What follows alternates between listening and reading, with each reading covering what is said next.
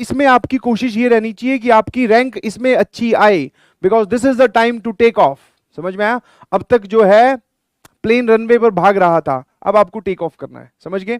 तो बिकॉज जितनी हम उम्मीद करते हैं हम बहुत कम बार ही वहां टच कर पाते हैं।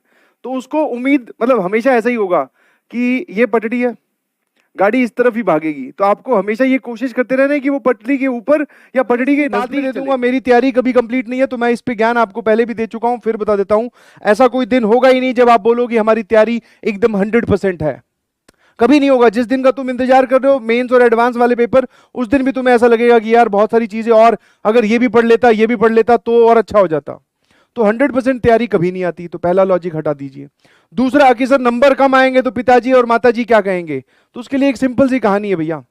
अगर आप पिताजी और माताजी से छुप के अगर तैयारी कर रहे हो, ठीक है, फिर मत करो, कोई फायदा नहीं है। ठीक है, हाँ, उनसे मैसेज उनके पास जाएगा सर कम नंबर्स का, मैसेज जाएगा कम नंबर का, तो सामना करना, साफ साफ बताना क्या रीजन है, और प्रॉमिस करना उनके सामने खड़े होके कि आगे से ऐसा नहीं होगा, जो भी मेरी कमियां उसको सुधारूंगा। कोई एक तो होगा कन्फ्रंट करने के लिए। समझ में आया?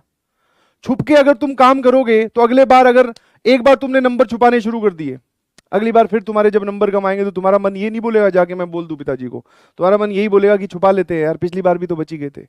समझ गए? तो आप गलत डायरेक्शन में जा रहे हैं बेटा। ठीक है, कुछ नहीं होगा, कुछ नहीं बोलेंगे। और मैं सभी पेरेंट्स को यहाँ खड़ा होकर रिक्वेस्ट कर देता हूँ, ये इतना सा मैसेज उनको सुना देना कि भैया आपका बेटा और जो बेटी है वो तैयारी कर रही है, ये तैयारी कर रहा है। अभी आप उसके नंबर्स पे ना ध्यान दें, अभी आप उसके एटीट्यूड और उसके, बेटा और जो बेटी है वो तैयारी कर रही है, ये तैयारी कर रहा है। अभी आप उसके नंबर्स पे ना ध्यान दें, अभी आप उसके एटीट्यूड और उसके बिहेवियर पे ध्यान दें कि क्या वो पूरे दिन पढ़ता है, क्या उसको पढ़ाई अच्छी लगने लगी है, क्या वो घर पे पीडब्ल्यू की चर्चा करता है, क्या वो आपसे डिस्कस करता है कि हमें क्या पढ़ाया गया, क्या वो सारा दिन अपने कमरे में बैठकर नोट्स, प्रैक्टिस, लेक्चर देखने और ये सब काम कर रहा है। अगर वो ऐसा कर रहा है दैट मीन्स कि वो सही रास्ते पे है। नंबर की बात हम थोड़े दिन बाद में करेंगे।